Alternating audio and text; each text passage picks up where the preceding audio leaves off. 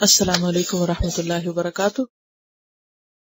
نحمده ونصلی علی رسولہ الکریم، اما بعد فاعوذ باللہ من الشیطان الرجیم. بسم اللہ الرحمن الرحیم. رب اشرح لی صدری ویسر لی امری واحلل عقدۃ من لسانی یفقہوا قولی. سبق نمبر 145، آیت 40 سے 60 تک، لیسن نمبر 145، آیت 40 to 60.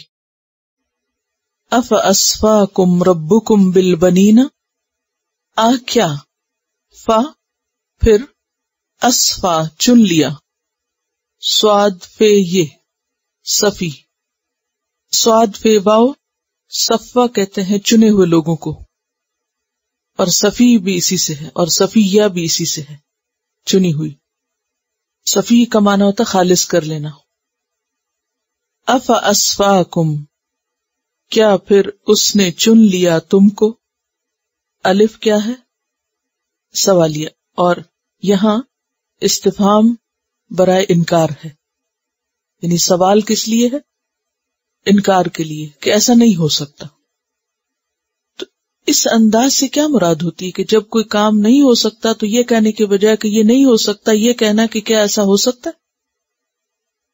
دوسرے کی عقل اور اس کے ضمیر کو جگانا، جھنجھوڑنا، اسے اپنی عقل استعمال کرنے کے لیے کہنا کہ تم خود بھی سوچو، عقل استعمال کرو کہ کیا یہ ممکن ہے. یعنی ایسے جیسے کسی کو کہا جائے کسی کام کے لیے کہ کیا یہ ممکن ہے، کہ اس کا مطلب کیا ہے؟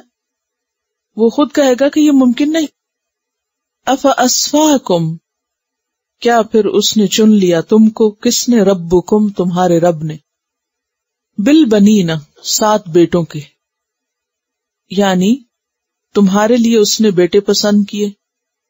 واتخذ، اور بنا لی، من الملائکتی، فرشتوں میں سے، اناثا، بیٹیاں، یعنی اپنے لیے، کیونکہ اہل عرب ملائکہ کو اللہ تعالی کی بیٹیاں قرار دیتے تھے. تو ان سے پوچھا جا رہا ہے کہ تم خود تو بیٹی کی خبر سنتے ہی پریشان ہو جاتے ہو، غم کے گھونٹ پینے لگتے ہو، تمہارا رنگ سیاہ ہو جاتا ہے، اسے اپنے لیے ذلت اور عار کی چیز سمجھتے ہو. لیکن جب انہی بیٹیوں کو تم اللہ کی طرف منسوب کرتے ہو تو تمہاری عقل کو کیا ہوتا ہے؟ یہاں بیٹیوں کی ناقدری یا عورت کو حقیر بتانا مقصود نہیں. مقصود کیا ہے؟ اہل عرب کی کم عقلی اور خاص طور پر مشرکین کی ناسمجھی کو واضح کرنا کہ تم اللہ کے لیے بیٹیاں مقرر کر رہے ہو. یہ کس قسم کا فیصلہ ہے؟ بیٹیوں کو تو تم اپنے لیے بھی پسند نہیں کرتے، اپنے لیے تو تم بیٹے چاہتے ہو، تو اللہ کا تمہاری نظر میں کیا مقام ہے؟ پھر تم اللہ کے بارے میں کیا خیال رکھتے ہو، کیا گمان رکھتے ہو، اس ہستی کو کیا سمجھتے ہو؟ ایسا کرنا بہت ہی سخت ہے اللہ کے نزدیک، بہت بڑی بات ہے. انکم، بے شک تم، لتقولون، البتہ تم کہتے ہو، یعنی ایسی بات کر کے کہتے ہو، قولا عظیما، قول بہت بڑا، یعنی یہ بات اللہ کی شان میں بہت بڑی گستاخی ہے. ایسا نہ کہا کرو، ایسا کرنا درست نہیں. کیسا کرنا؟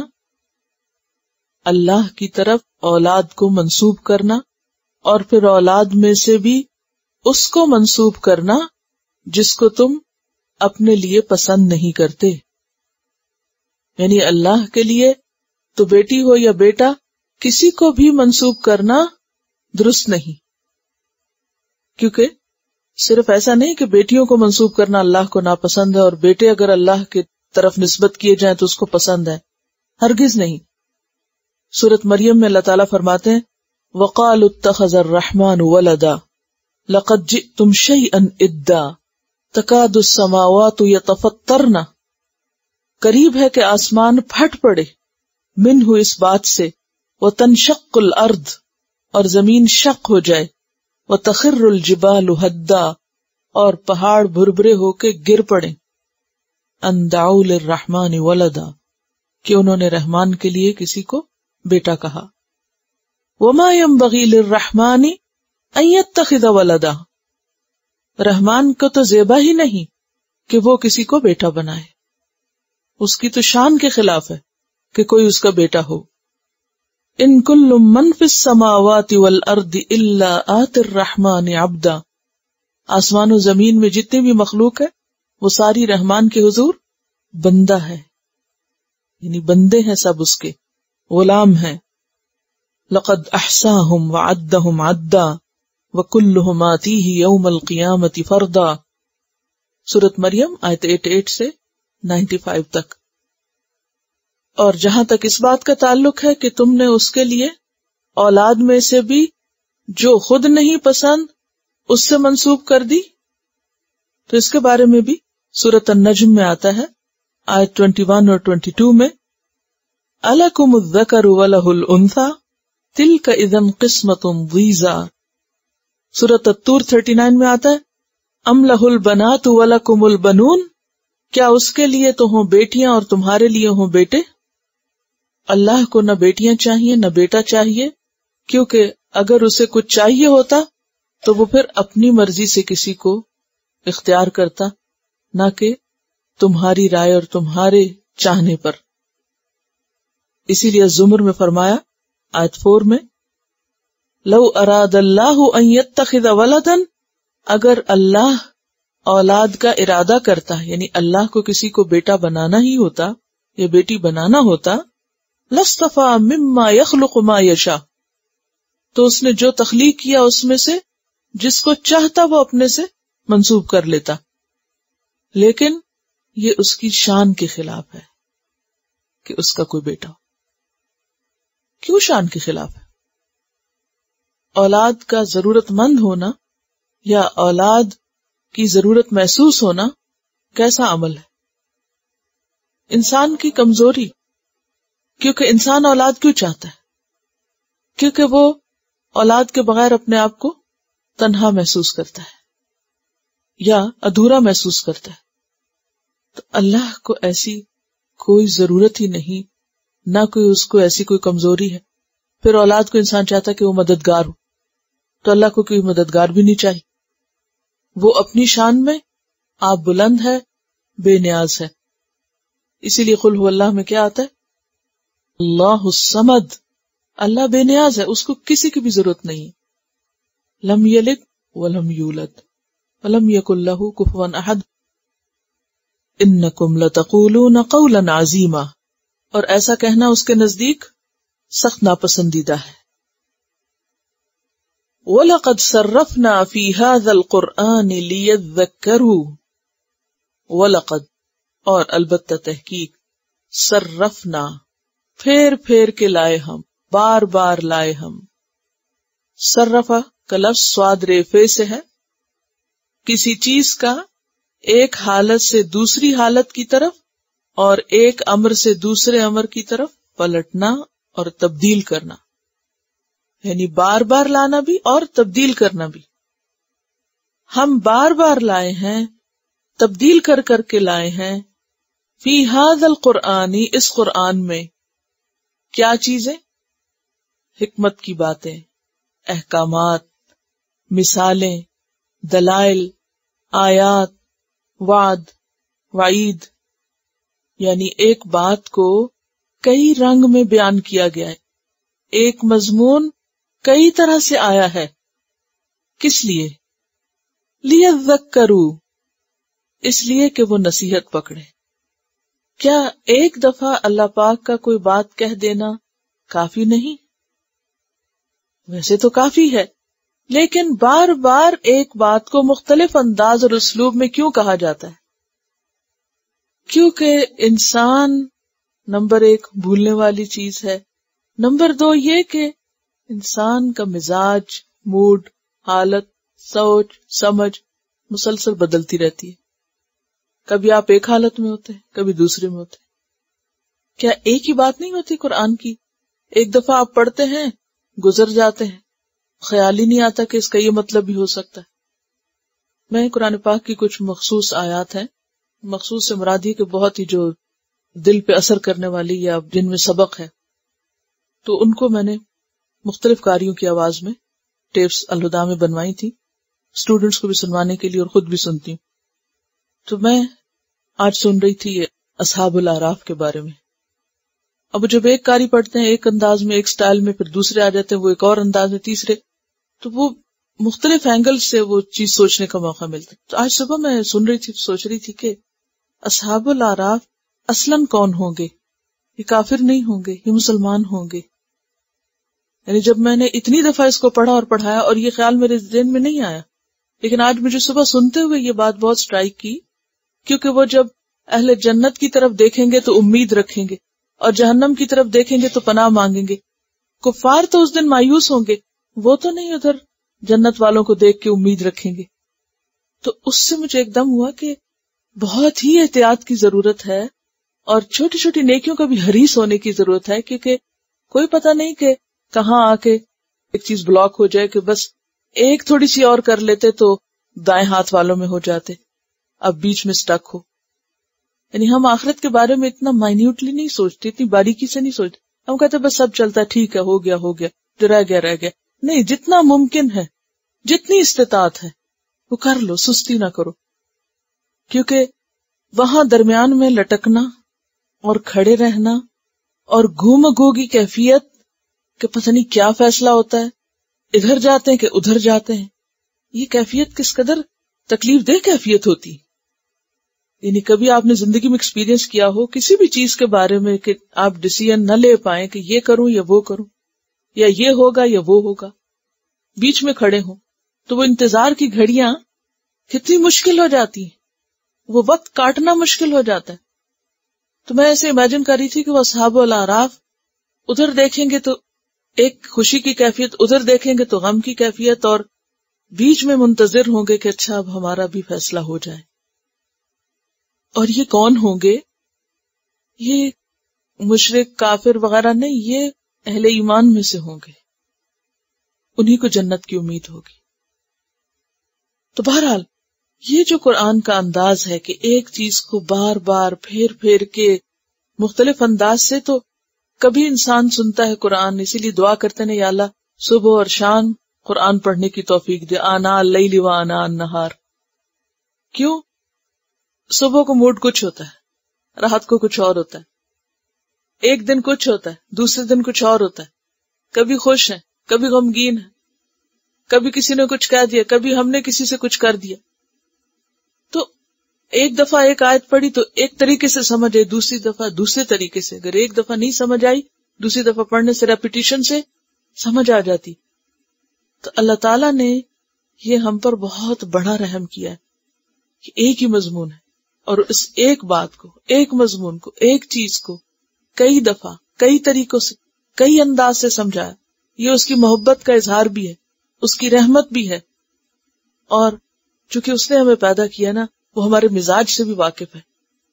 کبھی ہم سختی سے سمجھتے ہیں، کبھی ہم نرمی سے سمجھتے ہیں، کبھی ہم کسی طرح، کبھی کسی طرح۔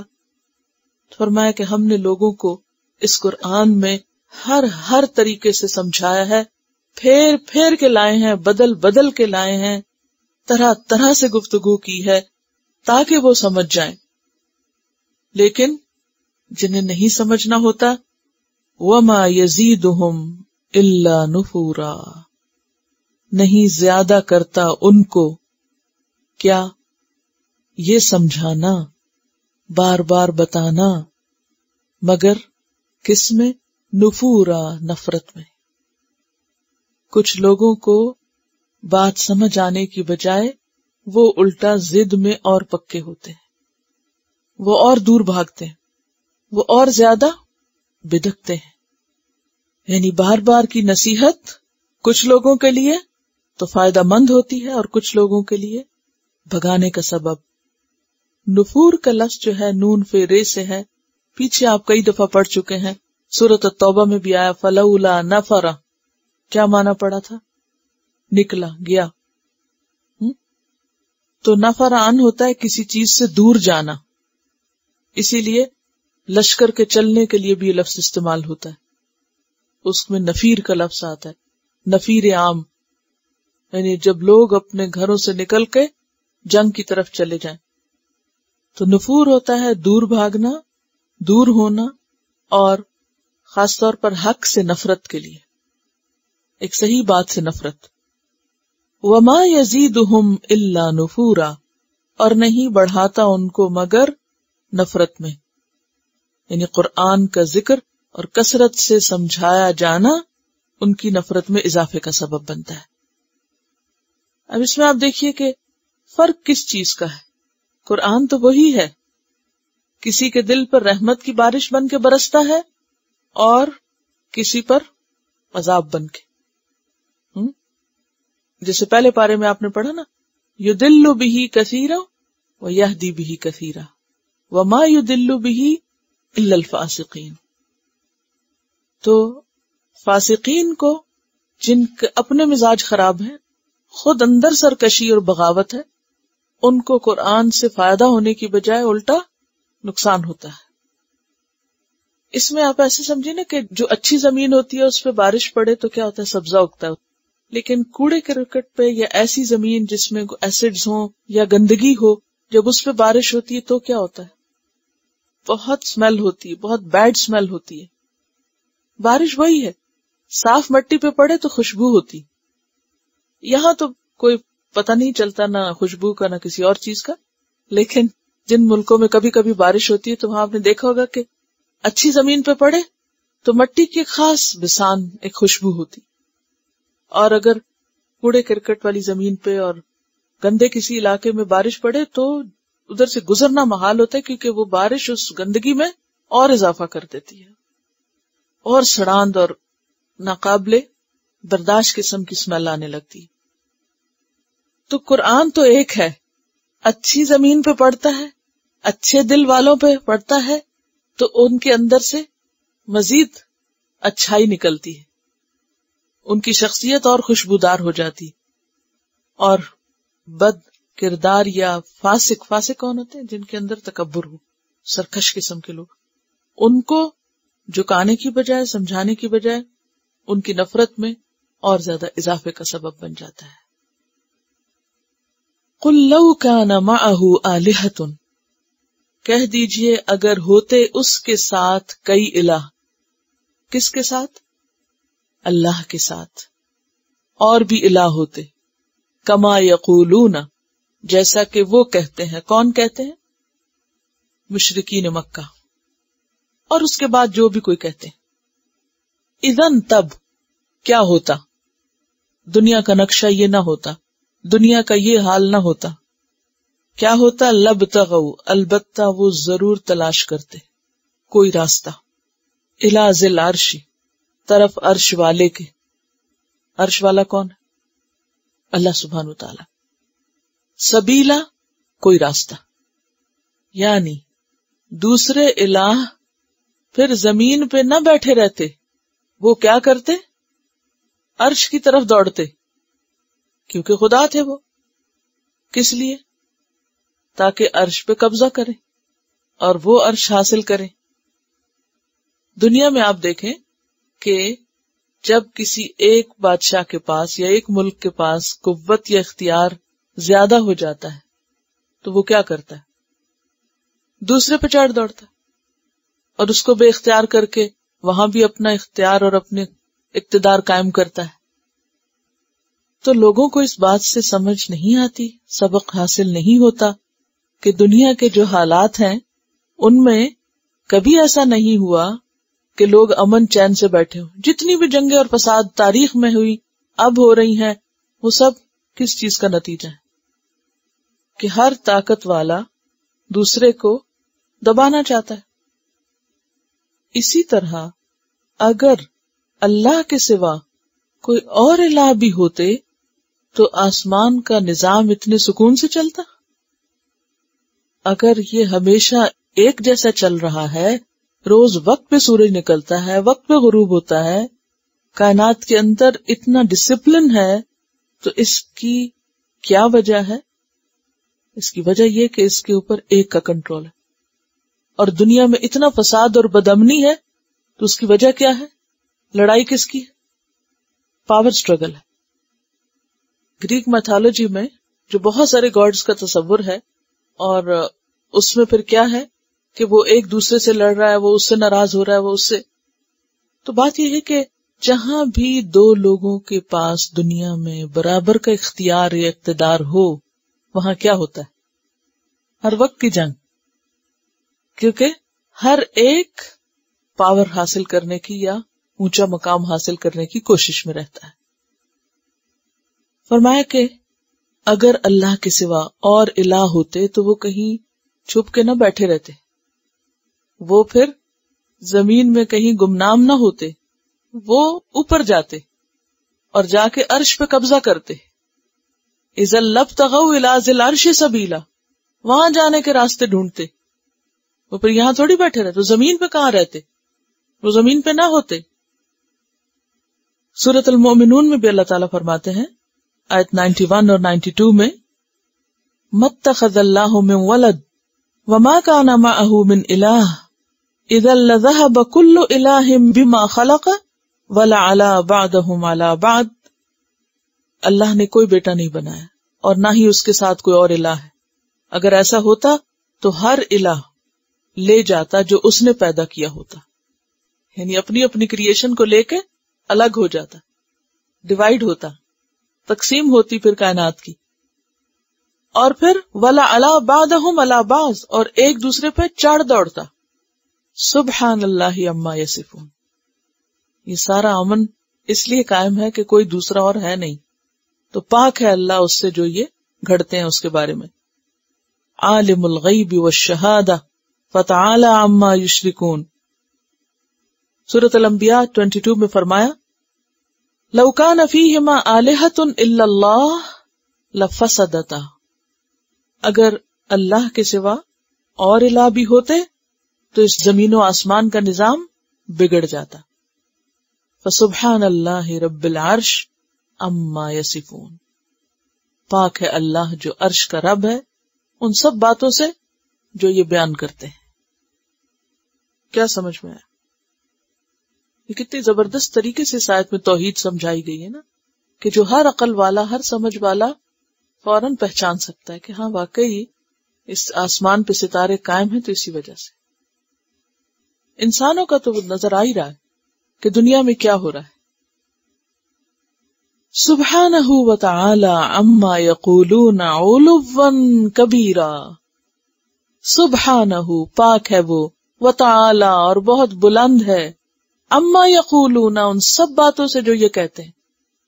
یہ باتیں اس کی شان کے مقابلے میں بہت چھوٹی ہیں. کتنا بلند ہے؟ علوا کبیرا، بہت ہی زیادہ بلند.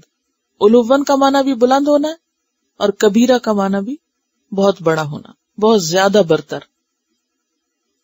اب آپ دیکھیے کہ اس ساری آیت میں ایک ہی بات کو بار بار دہرایا گیا، یعنی سبحانہ پاک ہے وہ، وتعالی اور بلند ہے، علوا کبیرہ.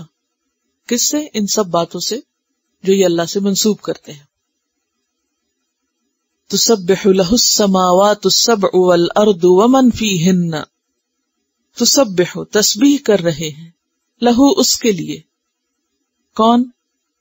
السماوات السبع 7 آسمان. یاد رکھیے کہ تسبیح کا لفظ جو ہے یہ سین بے ہے سے، اور سبحہ کا معنی ہوتا ہے تیزی سے حرکت کرنا، گردش کرنا، تیرنا. میں نے اس کے پیچھے بھی معنی بتائے، کس کا تیرنا اور کس کا گھومنا. پرندے کا اڑنا تیزی سے اور مچھلی کا تیرنا، ان سب کے لیے کیا استعمال ہوتا ہے؟ سبح، یعنی ہوا میں یا پانی میں تیزی سے جانے کو. اب دیکھیے کہ خشکی پہ چلنے کے لیے کیا ہوتا ہے، اتنا آسانی سے یا اتنی رفتار سے نہیں چلا جا سکتا جتنا فضا میں یا پانی پہ کوئی چیز چلتی ہے. تو اس سے کیا مطلب نکلتا ہے پھر سبح کا؟ تیزی سے کوئی کام کرنا، ٹھیک ہے، فرمان بجا لانا، بات ماننا، جلدی سے اطاعت کرنا. تو جب ہم کہیں گے تسبح تسبیح کر رہے ہیں تو مطلب یہ ہے کہ اللہ کی فرما برداری کر رہے ہیں اور تیزی سے حکم مانتے ہیں. جو حکم ملتا ہے وہ فوراً کر لیتے ہیں. کون کون؟ السماوات السبع والارض ومن فیہن. اور جو چیز بھی ان میں ہے. اب دیکھیے کہ ایک سیل کے اندر جو موومنٹ یا ایک ایٹم کے اندر جو الیکٹران اور پروٹون کی موومنٹ ہے وہ سب کس کے حکم سے ہے اور کتنی تیزی سے ہو رہا ہے. یہ سب اللہ کے حکم سے ہے. تو یہ جو تیزی سے گھومنا پھرنا ہے نا اور حرکت میں رہنا، بظاہر ساکت اور جامد چیزیں نظر آتی ہیں، لیکن ان کے اندر بھی ایک ارتعاش ہے، ایک موومنٹ ہے، اطاعت ہے. یہ سب کام میں لگے ہوئے ہیں، کوئی نہیں بیٹھا ہوا. جو بظاہر بیٹھی جمی ہوئی چیزیں بھی نظر آتی ہیں وہ بھی دراصل مسلسل حرکت میں. تو ایک تو سبح کا معنی یہ، اور دوسرا معنی ذکر کے معنی میں تسبیح کرنا، پاکی بیان کرنا. تو ان کی تسبیح حال بھی ہے اور تسبیح مقال بھی ہے. تسبیح حال کیا ہے؟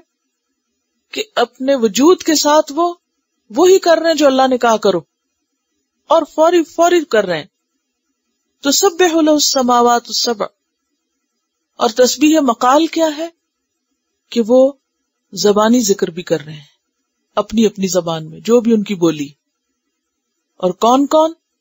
ساتوں آسمان اور زمین، اور ومن فیہن، جو کچھ ان دونوں کے درمیان ہے. مزید تاکید سے فرمایا وَإِن مِّن شَيْءٍ، اور نہیں کوئی بھی چیز، الا مگر، یسبح بحمدہ، وہ تسبیح کر رہی ہے اس کی حمد کے ساتھ. اگر پہلی تسبیح میں تسبیح حال و مقال ہے تو دوسری تسبیح تو خاص طور پر تسبیح مقال ہے. تسبیح مقال کا کیا معنی؟ قول یعنی زبان سے کی. ولیکن، لیکن مشکل یہ ہے کہ لا تفقہون، تم نہیں سمجھتے، تسبیحہم، ان کی تسبیح. کیوں نہیں سمجھتے؟ انسان باقی مخلوق کی تسبیح کیوں نہیں سمجھتے؟ شابش، کیونکہ ہر ایک کی بولی فرق ہے، ہر ایک کی تسبیح کا انداز فرق ہے، ہر ایک کی زبان فرق ہے، سٹائل فرق ہے. ہمارا علم تو بہت محدود ہے نا، ہم تو صرف جانتے ہیں اس گوشت کے ٹکڑے کی زبان کو جو ہمارے منہ میں ہے، یہ چند جانوروں کے منہ میں. لیکن باقی مخلوق کے لیے شاید ایسی زبان نہ ہو، مگر جو بھی اللہ نے ان کو صلاحیت دی ہے اس کے مطابق وہ اللہ کا ذکر کرتے ہیں. ہمارا علم محدود، ہماری عقل سمجھ محدود، اس لیے ہمیں پتہ نہیں چلتا. اور پھر آپ دیکھیے کہ قرآن پاک سے بھی اس کی مزید ہمیں تائید ملتی ہے کہ سب ذکر کر رہے ہیں، اور حدیث سے بھی، لیکن ہم نہیں سمجھتے. انہ کان حلیما غفورا، بے شک وہ بردبار ہے، حلم والا ہے، سزا دینے میں جلدی نہیں کرتا، غفورا، بخشش فرمانے والا ہے. وَإِذَا قَرَأْتَ الْقُرْآنَ، اور جب تم پڑھتے ہو قرآن کو، کس کی طرف اشارہ ہے؟ خطاب کس سے ہے؟ نبی صلی اللہ علیہ وسلم سے. جب آپ قرآن پڑھتے ہیں، جعلنا، ہم کر دیتے ہیں، ڈال دیتے ہیں، بینک، تمہارے درمیان، وبین الذین، اور ان لوگوں کے درمیان، لا یؤمنون بالآخرۃ، جو آخرت پر ایمان نہیں رکھتے. کیا ڈال دیتے ہیں؟ حجابن، ایک پردہ، مستورا، چھپا ہوا، انویزیبل. جب آپ قرآن پڑھتے ہیں تو آپ کے اور کفار کے درمیان ہم ایک چھپا ہوا پردہ حائل کر دیتے ہیں. جب پردہ حائل ہو جاتا ہے تو پھر کیا ہوتا ہے؟ نہ کوئی چیز دیکھی جا سکتی ہے اور بعض اوقات نہ سنی جا سکتی ہے. پھر ان کو قرآن سمجھ میں نہیں آتا. ابو لہب کی بیوی جس کا نام ام جمیل تھا، اس کو خبر ہوئی کہ اس طرح کا کلام پڑھا جا رہا ہے اور میری حجب کی جا رہی. حجب کہتے ہیں شاعری میں شعر کے ذریعے کلام میں کسی کی برائی بیان کرنا. عربوں کے ہاں دو چیزیں بہت مشہور تھی، ایک قصیدہ اور ایک حجب. قصیدے میں عام طور پہ کیا ہوتا ہے؟ تعریف ہوتی، مدح ہوتی. اور حجب میں کیا ہوتا ہے؟ کسی کی بد تعریفی ہوتی، برائی بیان کی گئی ہوتی. تو اس نے کیا کیا؟ دوا پیسنے والا پتھر اٹھایا کبھی دیکھا ایسا پتھر جس سے پہلے لوگ مرچی بھی پیستے تھے، چٹنی وغیرہ، سل بٹا نہیں ہوتا جیسے، اس نے وہ اٹھایا اور آئی آپ کی طرف، یعنی حرم میں آئی. آپ صلی اللہ علیہ وسلم بیٹھے ہوئے تھے اور پاس ہی حضرت ابو بکر بیٹھے تھے. تو اس کے آنے کا انداز ایسا تھا جیسے وہ کسی کو گویا تلاش کر رہی اور بڑے غصے میں. تو دیکھا کہ ابو بکر بیٹھے تو آ گئی فوراً. حضرت ابو بکر دیکھتے ہی تھوڑے گھبرائے اور کہنے لگے کہ یا رسول اللہ صلی اللہ علیہ وسلم، لگتا ہے یہ برے ارادے سے آئی ہے اور مجھے ڈر ہے کہ کہیں آپ کو نقصان نہ پہنچائے. تو آپ نے فرمایا کہ تم ڈرو نہیں، کچھ نہیں ہوتا، یہ مجھے نہیں دیکھ سکے گی. اور آپ قرآن پڑھنے میں مشغول ہو گئے، قرآن پڑھنے لگے. اور کیا ہوا؟ وہ آئی اور ابو بکر سے باتیں کرنے لگی، کہنے لگی کہ میں نے سنا ہے کہ تیرے ساتھی نے میری حجب کی ہے، تیرے دوست نے میری حجب کی ہے. ابو بکر کہنے لگے لا ورب ھذا البیت ما حجاک، نہیں اللہ کی قسم جو اس گھر کا رب ہے اس نے تیری حجب نہیں کی، اس نے تجھے کچھ نہیں کہا. یعنی محمد صلی اللہ علیہ وسلم نے تجھے کچھ نہیں کہا، کیونکہ آپ نے تو نہیں کہا تھا نا، تو اللہ تعالیٰ نے کہا ہے جو بھی کہا ہے. تو پھر کھڑے ہو کے شعر پڑھنے لگی، مزممن عصینا ودینہ قلینا وامرہ عصینا. مزمم کا ہم انکار کرتے ہیں اور اس کے دین سے ہم نفرت کرتے ہیں اور اس کے حکم کا ہم انکار کرتے ہیں. بہت سخت لفظ ہے نا. آپ صلی اللہ علیہ وسلم نے یہ سب کچھ سنا لیکن وہ آپ کو دیکھ نہ پائی اور واقعی نہ دیکھ پائی. اللہ تعالیٰ نے اس کے درمیان اور آپ کے درمیان ایک فرشتہ حائل کر دیا جو نظر نہیں آ رہا تھا اس کو. تو جب اس نے دیکھا کہ وہ تو ہے نہیں یہاں، اور ابو بکر نے مطمئن بھی کر دیا کہ نہیں اللہ کی قسم جو اس گھر کا رب ہے وہ محمد نے تمہیں کچھ نہیں کہا، تو وہ چلی گئی یہ کہتے ہوئی قد علمت قریش انی بنت سیدہا، قریش کو پتا ہے کہ میں ان کے سردار کی بیٹی ہوں، میری کوئی حج کیا کرے گا. تو اس سے کیا پتا چلتا ہے؟ ایک تو ان لوگوں کا تکبر اور ان کا انداز اور ان کی عورتوں کا انداز. کیونکہ عرب کے معاشرے میں ایک طرف اگر عورتوں کو زندہ درگور کرنے کی لڑکیوں کو رسم تھی، تو دوسری طرف کچھ قبائل میں عورتوں کی بہت سے بھی تھی، بہت پاورفل رول ادا کیا عورتوں نے بھی وہاں. اور اس میں خاص طور پر جو قریش تھے ان کی عورتیں. اور اس میں ہم دیکھتے ہیں کہ ابو لہب کی جو بیوی تھی وہ ہر چیز میں، حتیٰ کہ آپ صلی اللہ علیہ وسلم کی مخالفت میں اپنے شوہر کے ساتھ تھی اور آپ کے خلاف لوگوں کو جا کے بھڑکایا کرتی تھی. اور اس کے پاس ایک بہت قیمتی ہار تھا جس پر اس کو بڑا ناز بھی تھا، اور اس کو دکھا دکھا کے کہا کرتی تھی کہ محمد صلی اللہ علیہ وسلم کی مخالفت میں اس ہار کو بھی بیچ دوں گی، یہ بھی بیچ کے لگا دوں گی، اور جس کو آپ کے خلاف بہکانا پڑا پیسے دے کے بہکاؤں گی. یعنی مال بھی خرچ کرنے والی تھی اپنے مشن میں. بہرحال اللہ کی بات کرنے والا اللہ کی حفاظت میں ہوتا ہے. تو پڑھنے والے کے حق میں تو یہ بات ہوئی، اور سننے والوں کی بدبختی کہ الذین لا یؤمنون بالآخرۃ حجابا مستورا، ان کو بات سمجھ میں نہیں آتی. وما یزیدہم الا نفورا، وہی سیدھی سادی بات جو باقی لوگوں کو سمجھ میں آتی ہے ان کو سمجھ میں نہیں آتی. تو یہ ہے وہ حجاب مستور، جیسے سورۃ الکہف میں بھی فرمایا گیا انا جعلنا علی قلوبہم اکنۃ ان یفقہوہ وفی آذانہم وقرا، ہم نے ان کے دلوں پر پردے ڈال دیے ہیں کہ وہ اس کو سمجھ نہ سکے. یعنی قرآن ان کے دل پہ اترتا ہی نہیں، ان کو سمجھ ہی کچھ نہیں آتی، اور ان کے کانوں میں بھی بوجھ ہے.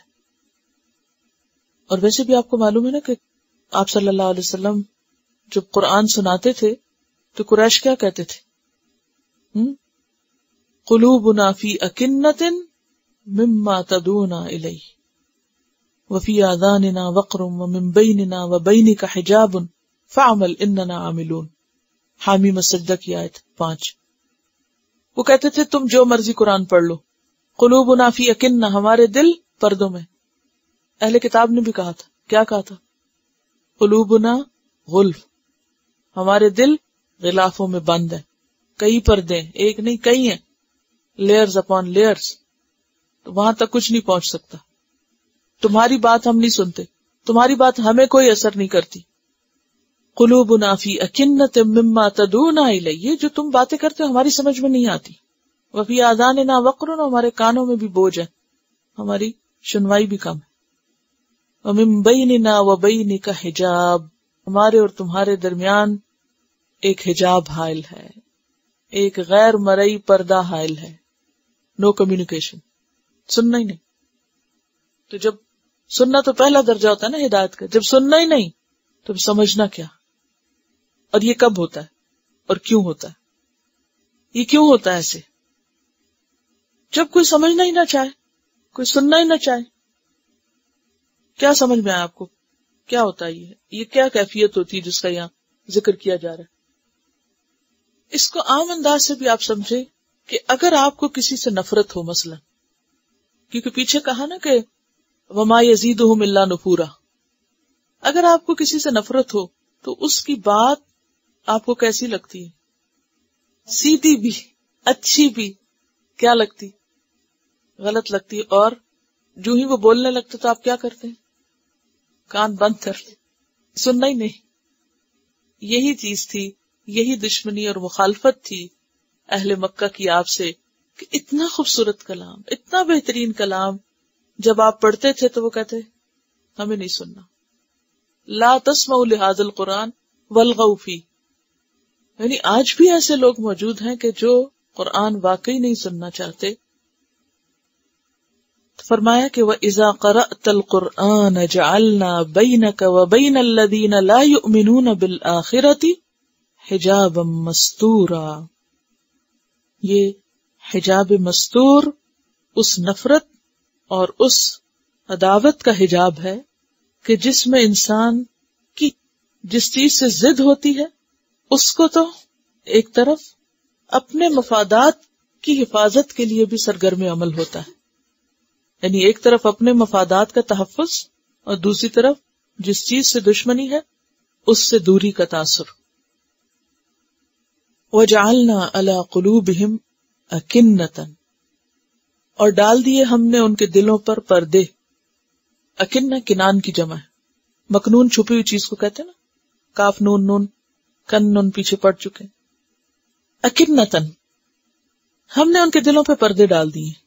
ان یفقہوہ، کہ اس کو سمجھ نہ سکے. ان یفقہوہ، کہ اس کو سمجھ نہ سکے. لا یہاں مقدر، اللہ یفقہوہ تھا اصل میں. کس کو؟ قرآن کو. وفی آذانہم وقرا، اور ان کے کانوں میں بھی بوجھ ہے، بہراپن، گرانی.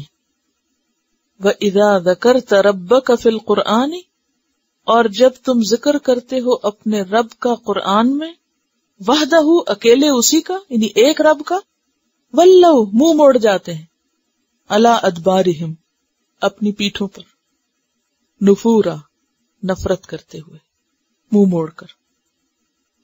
پہلی بات تو یہ ہے کہ جب وہ نہیں سننا چاہتے تو اللہ بھی نہیں سنوانا چاہتا.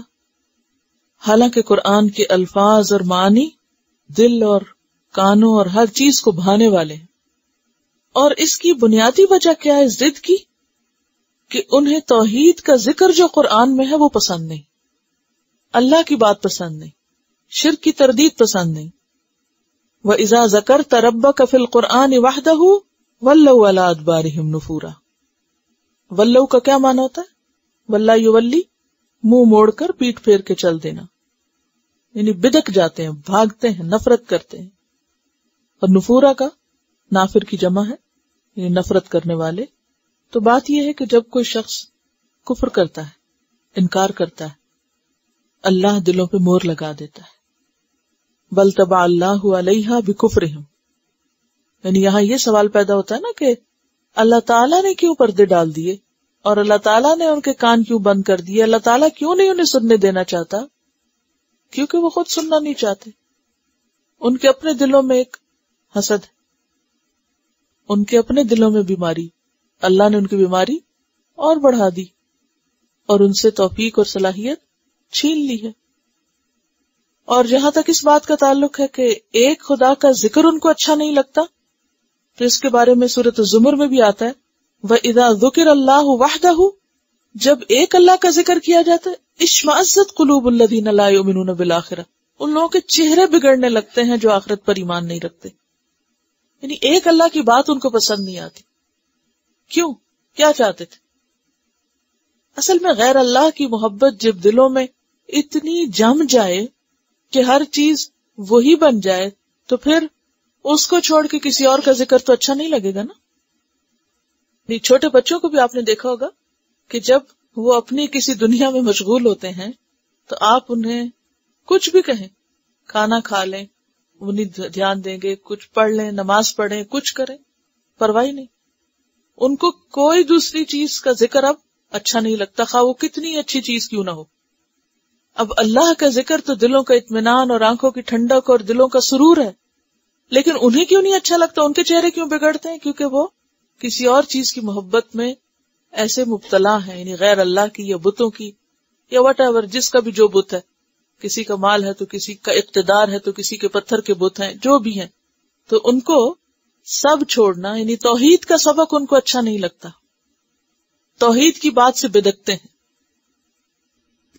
آیت نمبر 47 سے نحن اعلم بما یستمعون به، ہم زیادہ جانتے ہیں جو کچھ بھی وہ کان لگا کے سنتے ہیں. استمع بے کا مطلب ہے کان لگانا، غور سے سننا. اذ یستمعون الیک، جب وہ سنتے ہیں آپ کو، یعنی آپ کی قرات کو، یعنی اہل مکہ آپ کی قرات جب سنتے ہیں اور جس غرض سے سنتے ہیں، جس مقصد سے سنتے ہیں، وہ بھی ہمیں معلوم ہوتا ہے. وَإِذْ هُمْ نَجْوَىٰ، اور جب وہ سرگوشیاں کر رہے ہوتے ہیں. نجوہ کا روٹ جو ہے نون جیم واو ہے. نجا کہتے ہیں کسی چیز سے الگ ہونے کو، نجات پانے کو، اور سرگوشی کرنے کے لیے کیا کرنا ہوتا ہے؟ الگ ہونا پڑتا ہے. یا یہ کہ بیچ میں بھی اگر آپ ہوں تو ایسا طریقہ اختیار کرتے ہیں کہ دوسرے اس میں شریک نہ ہوں. تو جب وہ سرگوشیاں کرتے ہیں، اور سرگوشی عموماً کب کی جاتی ہے؟ جب بات کسی سے چھپانا مقصود ہو. مقصد کوئی بھی ہو سکتا ہے، یعنی آپ سے چھپ چھپ کر آپ کے خلاف جو باتیں کرتے ہیں. اذ یقول الظالمون، جب کہتے ہیں ظالم، کیا ان تتبعون، نہیں تم پیروی کر رہے، الا رجلا مسحورا، مگر مسحور شخص کی. مسحور کا لفظ سحر سے ہے، مفعول کے وزن پر سحر والا، اور مراد ہے اس سے جس پر جادو کیا گیا ہے. اور جس پر جادو ہو وہ شخص کیسا ہوتا ہے؟ یعنی بیمار. کہ تم ایک نعوذ باللہ ان کے خیال میں ذہنی مریض یا فریب خوردہ شخص یا خود سے خود باتیں گھڑنے والے شخص کی پیروی کر رہے ہو. سورۃ المؤمنون آیت 25 میں بھی آتا ہے ان ہوا الا رجل بہ جنہ، یہ ایسا شخص ہے جس کو جنون لاحق ہو گیا ہے. مجنون کہہ کر آپ کو پکارتے کہ آپ چونکہ عقلی طور پر درست نہیں، اس لیے آپ قرآن کی شکل میں ایسی باتیں گھڑ کے ہمیں سنا رہے ہیں. یعنی پہلی بات تو یہ کہ قرآن سننا نہیں چاہتے تھے. نمبر 2، اگر سنتے بھی تو بدنیتی سے سنتے، اور سننے کے بعد آپ کے خلاف باتیں کرتے. اور ان باتوں میں خاص طور پر کیا بات تھی کہ آپ ایک مجنون شخص ہیں، اور قرآن کی باتیں انہیں ناسمجھی کی باتیں لگتی. اللہ تعالیٰ فرماتے انظر، دیکھو تو صحیح، کیف ضربوا لک الامثال، کس طرح انہوں نے آپ کے لیے مثالیں بیان کی. آپ کو کس چیز سے مثال دے رہے ہیں، آپ کو کیا کہہ رہے ہیں، ذرا ان کا حال تو دیکھو. امثال کس کی جمع ہے؟ مثال کی یا مثل کی؟ مثل کی. ٹھیک ہے، مثال کی نہیں. مثال کی کیا ہوتی ہے؟ امثلہ. انظر کیف ضربوا لک الامثال، دیکھو تو صحیح کس طرح تمہارے لیے مثالیں بیان کرتے ہیں، کیسے کیسے القاب گھڑتے ہیں. کبھی آپ کو کاہن کہتے ہیں، کبھی مجنون کہتے ہیں، مسحور کہتے ہیں، شاعر کہتے ہیں. حالانکہ ان میں سے ایک بات بھی آپ پر چسپاں نہیں ہو سکتی. فضلوا وہ بھٹک گئے ہیں، رستہ گم کر چکے ہیں. فلا یستطیعون سبیلا پس نہیں وہ استطاعت رکھتے راستے کی، یعنی درست بات کی. وہ اپنی ہی باتوں کے پھندے میں اس طرح آ چکے ہیں، اپنی ہی باتوں میں کچھ اس طرح ٹریپ ہو چکے ہیں کہ اب انہیں صحیح رستہ بھی نہیں ملتا. اور یہ ہر اس شخص کی کیفیت ہوتی ہے جو بے دلیل اندھا دھند باتیں کرے، بے سوچے سمجھے بولے. کچھ لوگ ہوتے ہیں نا کہ جو سوچ سمجھ کے بات کرتے ہیں، جو منہ سے نکالتے ہیں اس کو سمجھتے ہیں کہ کیا کہہ رہے ہیں. اور کچھ لوگ عام طور پہ ایسے کب ہوتا ہے اندھا دھند بولنا، کسی کی مخالفت میں، کسی کے خلاف، کسی سے نفرت کا اظہار کرتے ہوئے، بغیر سوچے سمجھے جو منہ میں آیا بول دیا. اور پھر وہ ایسی ایسی باتیں انہوں نے منہ سے نکالی کہ اب ان باتوں کو واپس لینا اور ان کو غلط کہنا اور حق کو مان لینا اب ان کے لیے بہت ہی مشکل ہو گیا. ضلوا ضاد لام لام کیا معنی ہوتا ہے ضلع کا؟ راستے کے نشان گم کر دینا. یعنی صحرا میں جاتے ہوئے آپ کبھی ریت پہ چلے؟ اگر ریت پہ چلے تو جو پاؤں کے نشان ہوتے ہیں وہ کتنی دیر باقی رہتے ہیں؟ وہ تھوڑی دیر. ہوا چلتی ہے تو پھر وہ برابر ہو جاتی ہے ریت، یعنی نشان قائم نہیں رہتے، بہت ٹیمپرری نشان ہوتے ہیں. اسی لیے صحرا میں اکثر لوگ گم جاتے ہیں، کیونکہ صحرا میں اگر کوئی درخت نہیں، کوئی ایسی چیز نہیں کہ جس سے لوگ نشان پکڑے. اور اگر سورج ہو تو بعض اوقات سورج کی ڈائریکشن، رات کو ستاروں کی ڈائریکشن پہ لوگ چلتے ہیں، مسافر جو ہوتے ہیں. لیکن بعض اوقات ایسا ہوتا ہے کہ بادل وغیرہ کی وجہ سے نہ سورج ہے اور نہ ستارے ہیں، تو اب آپ چل رہے ہیں تو کدھر کو جا رہے ہیں. اور اگر آپ واپس جانا چاہیں تو بھی نہیں پتا چلتا کہ چلے کہاں سے تھے، کیونکہ وہ رستہ کیا ہو گیا، آثار گم ہو گئے. تو دلہ کا معنی ہوتا ہے راستہ کھونا، آثار مٹ جانا، نشانی مٹ جانا، کہ آپ چلے کہاں سے تھے، اب واپس بھی نہیں وہاں آ سکتے. اب اس میں نان سینس، بے معنی قسم کی باتیں، یہی یہاں کہا جا رہا ہے. انظر کیف ضربوا لک الامثال فضلوا فلا یستطیعون سبیلا. اور ایسی حرکتیں اور ایسی نادانی کی باتیں، ایسی جذباتیت انسان کو حق سے بہت دور کر دیتی ہے، ہدایت سے بہت دور کر دیتی، سچائی سے بہت دور کر دیتی. پھر ایسے لوگوں کے پلٹنے اور ہدایت پر آنے کے چانسز بہت کم ہوتے ہیں، اور بعض اوقات بالکل ہی نہیں ہوتے. فلا یستطیعون سبیلا ہدایت نہیں پا سکتے. وقالو اور وہ کہتے ہیں، کون؟ مشرکون، آخرت کے نہ ماننے والے، منکرین. اذا کننا کیا جب ہم ہو جائیں گے، عظاما ہڈیاں، یعنی سارا گوشت ہمارا ختم ہو جائے گا، صرف ہڈیاں باقی رہیں گی. اور ہڈیاں بھی کیسی؟ ورفاتن اور بوسیدہ ہڈیاں، چورا چورا، ریزہ ریزہ. ابن عباس کہتے ہیں غبار، یعنی مٹی میں مل کے ایسی مٹی ہو جانا کہ ہوائیں اڑائے لیے پھریں، کچھ بھی باقی نہ رہے. رفات رے فیتے سے ہے، یعنی گلی ہوئی چیز اور ایسی چیز جو ریزہ ریزہ ہو کے بکھر جائے. تو ان کا کہنا یہ کہ جب ہم مر جائیں گے اور ہماری ہڈیاں ہڈیاں رہ جائیں گی اور ہڈیاں بھی بوسیدہ ہو جائیں گی اور پھر وہ چورا چورا ہو جائیں گی، غبار بن کے اڑ جائیں گی. اِنَّا لَمَبْعُوثُونَ خَلْقًا جَدِيدًا کیا بے شک ہم البتہ جی اٹھیں گے ایک نئی پیدائش میں، کیا ہم پھر پیدا ہوں گے، دوبارہ اٹھیں گے. مبعوث کا کیا معنی ہے؟ بعث، بے عینثا، دوبارہ جی اٹھنا.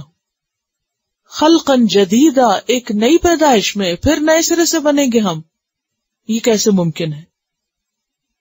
جیسے سورۃ النازعات میں آتا ہے، یقولون انا لمردودون فی الحافرہ اذا كنا عظاما نخرہ قالوا تلک اذا کرۃ خاسرہ، کہ جب ہم بوسیدہ بھربھری پرانی ہڈیاں ہو جائیں گے تو پھر ہم دوبارہ اٹھائے جائیں گے. سورۃ یاسین میں بھی آتا ہے، قال من یحیی العظام وہی رمیم، کون اٹھائے گا، کون جوڑے گا ان ہڈیوں کو جب یہ بالکل بوسیدہ پرانی ہو جائیں گی.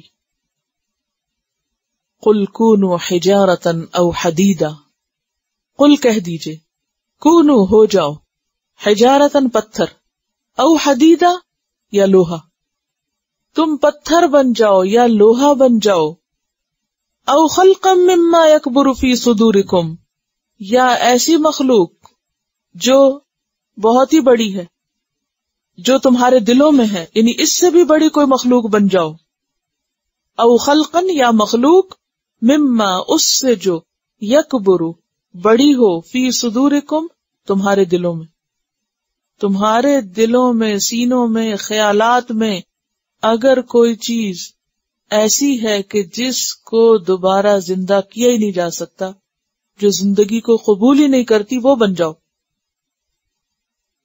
فَسَيَقُولُونَ پس ان قریب وہ کہیں گے، مَن یعیدنا کون ہمیں لوٹائے گا دوبارہ، یعنی پھر یہی کہیں گے، ایک ہی رٹ لگائی ہوئی ہے۔ قُلِ الَّذِی کہہ دیجئے وہ ذات، فَطَرَکُم جس نے پیدا کیا تم کو، اول مرہ پہلی بار، پہلی مرتبہ، جب تم کچھ نہ تھے، جس نے ابتدا کی وہی تمہارا اعادہ بھی کرے گا، وہی ریپیٹ کرے گا، وہی دوبارہ کرے گا۔ فَسَيُنْغِضُونَ إِلَيْكَ پس ان قریب، ينغضون وہ ہلائیں گے، نون غین اور ضاد، نغض اوپر نیچے یا نیچے اوپر حرکت دینا، جھٹکانا یا ہلانا۔ کیسے کر کے دکھائیں مجھے، بڑے معنی خیز انداز میں سر کو اوپر نیچے یا نیچے اوپر کرنا۔ فَسَيُنْغِضُونَ إِلَيْكَ پس ان قریب وہ مٹکائیں گے یا جھٹکائیں گے یا ہلائیں گے، الیک آپ کی طرف، یعنی دیکھ کر، رؤوسہم اپنے سروں کو، یعنی مذاق اڑانے کے طور پر یا تعجب سے بڑے معنی خیز انداز میں سر ہلائیں گے۔ وَيَقُولُونَ اور ساتھ کہیں گے، متیٰ وہ ہوگا کب، ٹھیک ہے دوبارہ پیدا ہو جائیں گے لیکن کب ہوں گے، یعنی اب اصل نقطے سے ہٹ رہے ہیں۔ متیٰ ھذا الوعد ان کنتم صادقین، قل کہہ دیجئے، کیا، عسیٰ امید ہے، ان یکون قریبا کہ ہو وہ قریب ہی، وہ دن دور نہیں، وہ بہت قریب ہے، کیا، دوسری زندگی۔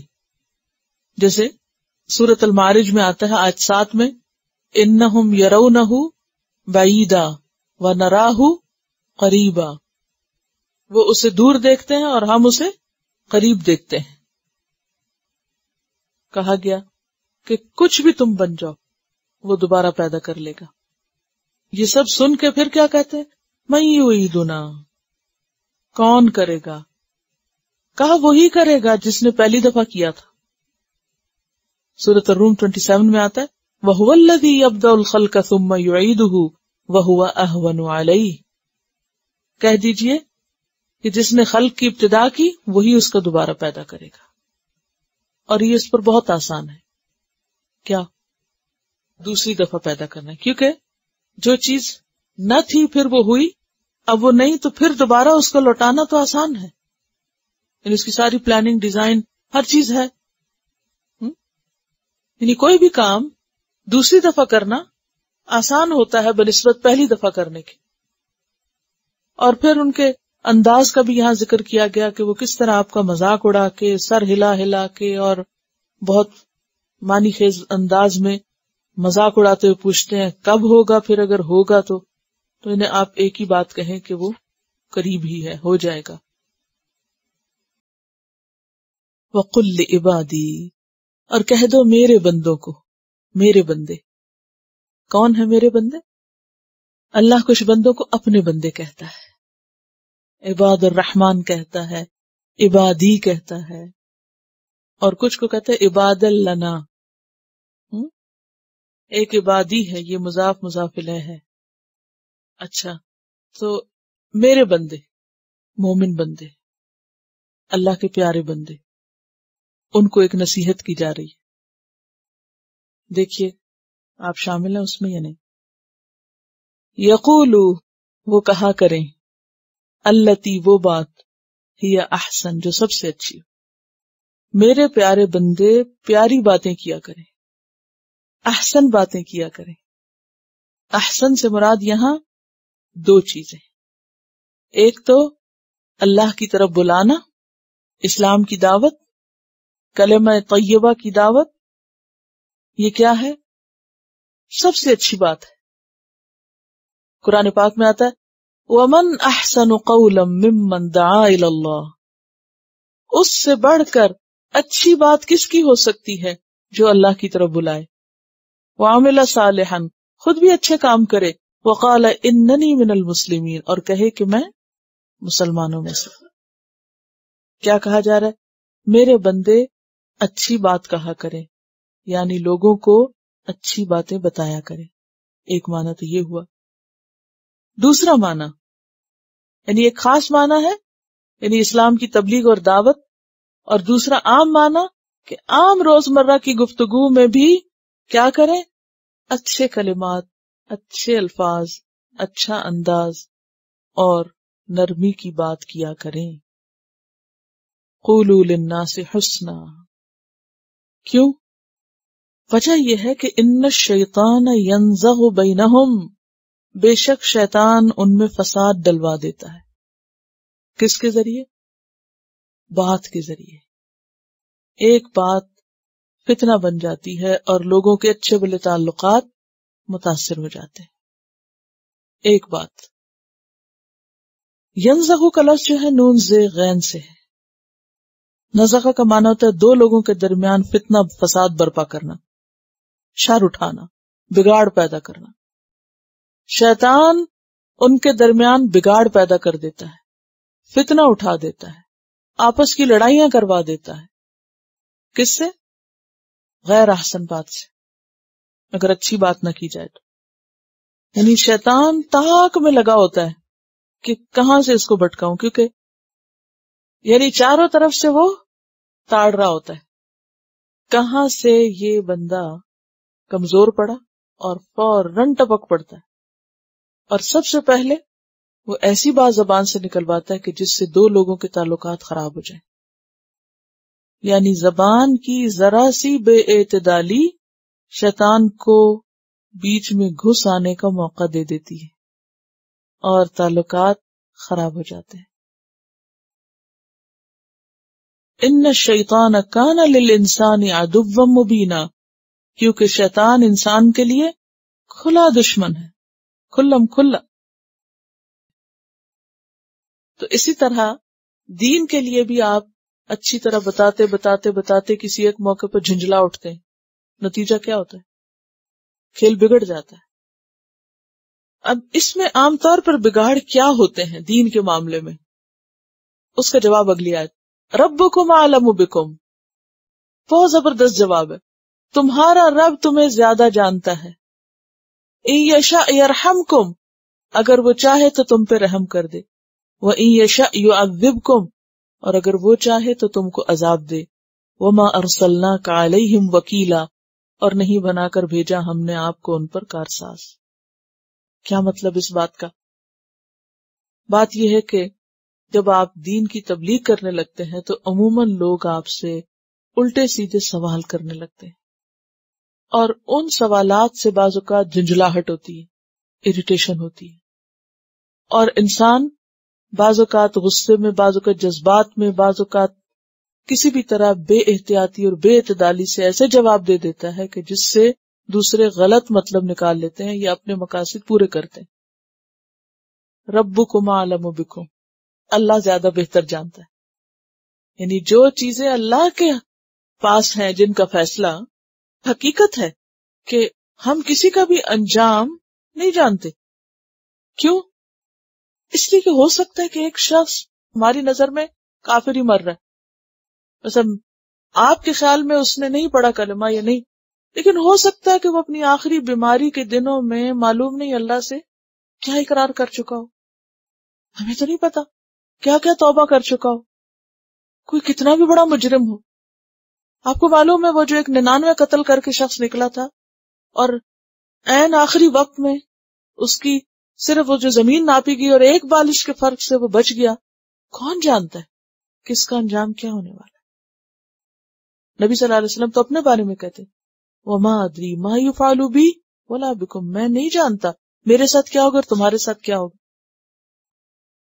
اور اس قسم کی باتیں جو اللہ کے فیصلے میں ہیں ان پر تو بہت ہی محتاط رہیں کہ یہ تو میرے رب کو پتا، مجھے نہیں پتا. میں بھی اتنا ہی جانتی ہوں جتنا آپ جانتے ہیں، میرا علم آپ سے زیادہ نہیں. آپ صلی اللہ علیہ وسلم سے جب جبریل علیہ السلام نے سوال کیے تھے، کچھ سوالوں کے آپ نے جواب دیے تھے، مل ایمان مل احسان، لیکن جب پوچھا کہ قیامت کب آئے گی تو آپ کے پاس اس کا جواب نہیں تھا. تو آپ نے کیا کہا کہ پوچھنے والے سے زیادہ نہیں جانتا. اس معاملے میں میرا علم تمہارے جیسا ہی ہے. یعنی بحث مباحثے سے پرہیز کرنا چاہیے، چاہے آپ کے پاس کتنے بھی دلائل ہوں. ربکم اعلم بکم، معاملہ اللہ کے سپرد کر دینا چاہیے. اسی لیے اکثر علماء اپنی بات کے آخر میں کیا لکھتے ہیں، واللہ اعلم بالصواب، کہ جتنا علم ہمارے پاس تھا وہ تو ہم نے بتا دیا اور باقی اللہ کو زیادہ پتا ہے. ان یشاء یرحمکم، اگر وہ چاہے تو تم پہ رحم کر دے. وان یشاء یعذبکم، اور اگر وہ چاہے تو عذاب دے تم کو. وما ارسلناک علیہم وکیلا، اور ہم نے آپ کو ان پر کارساز یا ذمہ دار بنا کے نہیں بھیجا. ایک اور جگہ پر آتا نا فذکر انما انت مذکر لست علیہم بمسیطر، ہم نے آپ کو ان کے اوپر کوئی داروغہ نہیں بنایا، پولیس مین نہیں بنایا. آپ کا کام ہے بتانا اور چھوڑ دینا. آپ بشیر و نذیر ہیں، ان پر وکیل نہیں ہے. یعنی ان کے معاملات، ان کی جزا سزا آپ کے ہاتھ میں نہیں ہے، اور پھر کسی کو بھی زبردستی مسلمان نہیں کر سکتے. وَرَبُّكَ أَعْلَمُ، اور تیرا رب زیادہ جانتا ہے، کس کو؟ بِمَنْ فِي السَّمَاوَاتِ وَالْأَرْضِ، اس کو جو آسمانوں میں ہے اور جو زمین میں. آسمان و زمین کی مخلوق سے تیرا رب خوب خوب واقف ہے، سب کی اس کو اچھی طرح پہچان ہے. وَلَقَدْ فَضَّلْنَا بَعْضَ النَّبِيِّينَ عَلَى بَعْضٍ، اور البتہ تحقیق فضیلت دی ہم نے بعض نبیوں کو بعض پر. جیسے ابراہیم علیہ السلام کو خلیل اللہ کہا، موسیٰ علیہ السلام کو کلیم اللہ، عیسیٰ علیہ السلام بن باپ پیدا ہوئے، سلیمان علیہ السلام پرندوں کی بولی جانتے تھے، داؤد علیہ السلام کو خوبصورت آواز دی، زبور دی، نبی صلی اللہ علیہ وسلم کو اسراء اور معراج نصیب کی. اور پیچھے پڑ چکے ہیں تلک الرسل فضلنا بعضهم علی بعض وآتینا داود زبورا، اور دی ہم نے داود کو زبور. یعنی یہ ان کی فضیلت یا خصوصیت تھی. سوال ہی پیدا ہوتا ہے کہ اس بات سے مراد کیا، مقصد کیا یہ کہنے کا کہ تیرا رب خوب جانتا ہے جو آسمان اور زمین میں. داؤد علیہ السلام کا خاص طور پر یہاں ذکر کہ ان کو اللہ نے زبور دی. اصل میں داؤد کا ہی ذکر کیوں کیا گیا یہاں؟ بات یہ کہ نبی صلی اللہ علیہ وسلم آخری نبی تھے، اور زبور میں اللہ تعالیٰ نے لکھا تھا کہ وَلَقَدْ كَتَبْنَا فِي الزَّبُورِ مِن بَعْدِ الذِّكْرِ أَنَّ الْأَرْضَ يَرِثُهَا مِنْ عِبَادِيَ الصَّالِحُونَ، کہ میرے نیک بندے جو ہیں وہ زمین کے وارث ہوں گے. یعنی نبی صلی اللہ علیہ وسلم کی طرف اشارہ ہے. اور پھر یہ ہے کہ اللہ کو تو سب پتہ نا، الا یعلم من خلق وهو اللطیف الخبیر، باریک بین ہے، سب باتیں جانتا ہے، اس لیے اس کو معلوم ہے کہ کس کو کیا مقام دینا ہے. تو خلاصہ کیا ہے کہ یہ آیت ان کے اعتراض کے جواب میں اتری کہ دو بڑے شہروں کے کسی بڑے پر یہ قرآن کیوں نہ نازل کیا گیا. جیسے سورۃ الزخرف 31 میں آتا نا، لولا نزل هذا القرآن على رجل من القريتين عظیم، کسی عظیم شخص پہ یہ اترتا، محمد صلی اللہ علیہ وسلم پر کیوں اترا؟ تو بتایا گیا کہ اللہ بھولا نہیں ہے، اس کو سب پتا ہے، اور یہ اس کی اپنی چوائس ہے، جس کو چاہے جو فضیلت عطا کرے. قُلِ ادْعُوا الَّذِينَ زَعَمْتُمْ، کہہ دیجئے پکار دیکھو ان لوگوں کو جن کو تم گمان کرتے ہو. زعم کا لفظ جو ہے گمان کے لیے استعمال ہوتا ہے، لیکن بات میں مشکوک بات کے لیے. فلاں بڑا زوم رکھتا ہے، اس کا کیا معنی ہوتا ہے اردو میں؟ تمہیں کس بات کا زوم ہے؟ جھوٹے خیال کے لیے آتا ہے. تمہیں کس بات کا خیال ہے، تم کیا سمجھتے ہو؟ زوم جھوٹ کے لیے بھی آتا ہے، مشکوک بات کے لیے بھی. یعنی جو تم سمجھتے ہو وہ تمہارا ایک فریب ہے، خود فریبی ہے. تو کہہ دیجئے کہ پکار دیکھو جن کے بارے میں تم سمجھتے ہو، یعنی خود فریبی کا شکار ہو، من دونہ ہی، اس کے سوا، کس کے؟ اللہ کے. کس کو پکار دیکھو؟ باقی مخلوق کو جن کو انہوں نے الہ بنایا ہوا تھا، مثلا ملائکہ، پیغمبر عیسیٰ علیہ السلام کو پکارتے تھے ان کے ماننے والے، یا اولیاء، یا آج ہم مسلمانوں میں سے بھی بہت سے کیا کرتے ہیں، کس کو پکارتے ہیں؟ مرے ہوئے بزرگوں کو. ان سب کے لیے یہاں پر کیا کہا جا رہا ہے کہ تم ان کو ذرا پکارو، ان سے کچھ مانگو. فلا یملکون، پس نہیں وہ مالک ہو سکتے، کشف الضر عنکم، تم سے تکلیف ہٹانے کے. کشف ہوتا نا کھولنا، ہٹانا، ازالہ کرنا. الضر، در کون سی تکلیف ہوتی ہے؟ جس میں جسمانی، جس میں بھوک اور مرض ہو. ٹھیک ہے نا، بھوک اور افلاس ایک ہی چیز ہے. مرض، در، یعنی تمہاری کسی تکلیف کے دور کرنے پہ وہ قادر ہی نہیں ہے. ولا تحویلا، اور نہ پھیرنے کے، یعنی تم سے ہٹا کے کسی اور کو لگا دے، اس پر بھی وہ قادر نہیں، یہ بھی نہیں کر سکتے.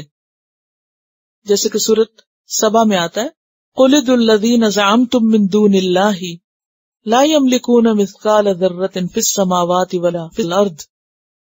کہہ دیجئے کہ جن کو تم اللہ کو چھوڑ کے پکارتے ہو، انہیں پکار دیکھو جن کے بارے میں تمہارا زوم ہے، وہ تو ذرے برابر کسی چیز کے مالک نہیں آسمان اور زمین میں.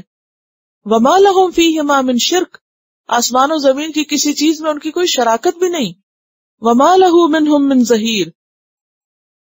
اسی طرح سورۃ الزمر آیت 38 میں آتا ہے، افرأیتم ما تدعون من دون اللہ ان ارادنی اللہ بضر هل ہن کاشفات ضرہ او ارادنی برحمت هل ہن ممسکات رحمتہ قل حسبی اللہ علیہ یتوکل المتوکلون. تو بات یہ ہے کہ اللہ کے سوا کسی میں بھی طاقت نہیں، کس بات کی؟ کسی کی تکلیف دور کرنے کی یا اس سے ہٹا کے کسی اور کی طرف لے جانے کی. ٹھیک ہے نا، یہ تو تحویل کا لفظ ہے. یہ کس سے ہے؟ حول سے. حول کس کو کہتے ہیں؟ ماحول کے لیے بھی ہوتا ہے، ایکچولی حائل ہونے کے لیے بھی لفظ استعمال ہوتا ہے. حال یحول، حول حائل ہونا. اور حول سال کو بھی کہتے ہیں، حولین کاملین. تو حول ہوتا ہے حائل ہونے کے لیے بھی، پھیرنے کے لیے بھی آتا ہے. تو کہا یہ جا رہا ہے کہ جن جن سے تمہیں توقع ہے کہ تمہیں فائدہ پہنچا سکتے ہیں ان کو ذرا پکارو. کچھ بھی وہ فائدہ نہیں دے سکتے اور کوئی تکلیف دور نہیں کر سکتے. اولئک، یہ لوگ، یہ ہستیاں. کون؟ اصل میں اگر یہ آپ اس مدلول کو کھولیں گے نہیں تو آپ کو آیت سمجھ نہیں آئے گی. یا اولئک دیکھنے میں تو یہ ہے، لیکن کون یہ مراد ہے؟ ہستیاں بھی نہیں کہیں، نام لیں ان کے جن کو پکارتے تھے. یہ جنات، یہ فرشتے، یہ پیغمبر، یہ نیک لوگ، یہ اولیاء اللہ. ٹھیک ہے. الذین، وہ ہیں، یدعون، جن کو وہ پکارتے ہیں، یعنی یہ سب جنہیں وہ پکار رہے ہیں، یبتغون، وہ تلاش کر رہے ہیں. کون؟ ان کے معبود، ملائکہ، پیغمبر، وہ نیک لوگ، وہ سب خود تلاش کر رہے ہیں. کیا؟ الی ربہم، اپنے رب کی طرف، الوسیلہ، قرب کا ذریعہ. سارے پیغمبر کیا چاہتے ہیں؟ اللہ کا قرب. ملائکہ کیا چاہتے ہیں؟ اللہ کا قرب، کہ کوئی ایسا کام کرے کہ ہم اللہ کے قریب ہو جائیں. اب جس کو خود قرب چاہیے وہ آپ کو قریب کہاں سے کرے گا؟ یعنی اگر آپ کو خود کوئی چیز چاہیے، آپ کے پاس بھی نہیں ہے، کوئی آپ سے مانگنا شروع کر دے تو آپ کیا کہیں گے اس کو؟ بھئی میں تو خود وہی چاہتا ہوں جو تمہیں، میرے پاس تو ہے ہی کچھ نہیں. جو مجھ سے تم مانگ رہے ہو میں تو وہ خود مانگ رہا ہوں اپنے لیے، تمہیں کہاں سے دوں؟ کیونکہ یہ کیا کہتے تھے، ما نعبدہم الا لیقربونا الی اللہ زلفا. ہم ان کی عبادت کس لیے کرتے ہیں؟ تاکہ یہ ہمیں اللہ کے قریب کرتے ہیں. یہی کہتے تھے نا، آج بھی یہی کہتے ہیں نا.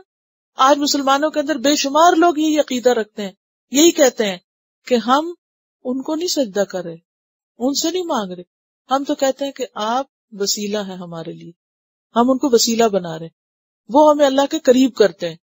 فرمایا وہ تو خود قرب چاہ رہے ہیں، وہ تو خود قرب کی تلاش میں ہے، یعنی جو خود محتاج ہے وہ کسی کو کیا دے گا.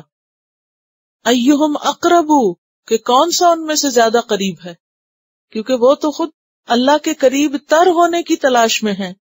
وَيَرْجُونَ رَحْمَتَهُ، اور اس کی رحمت کی امید رکھتے ہیں.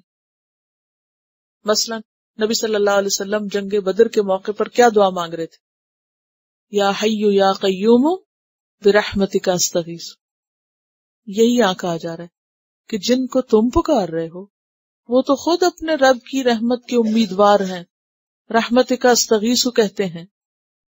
وَيَخَافُونَ عَذَابَهُ، اور وہ اس کے عذاب سے ڈرتے ہیں. کیا اللہ کے رسول صلی اللہ علیہ وسلم ڈرتے تھے؟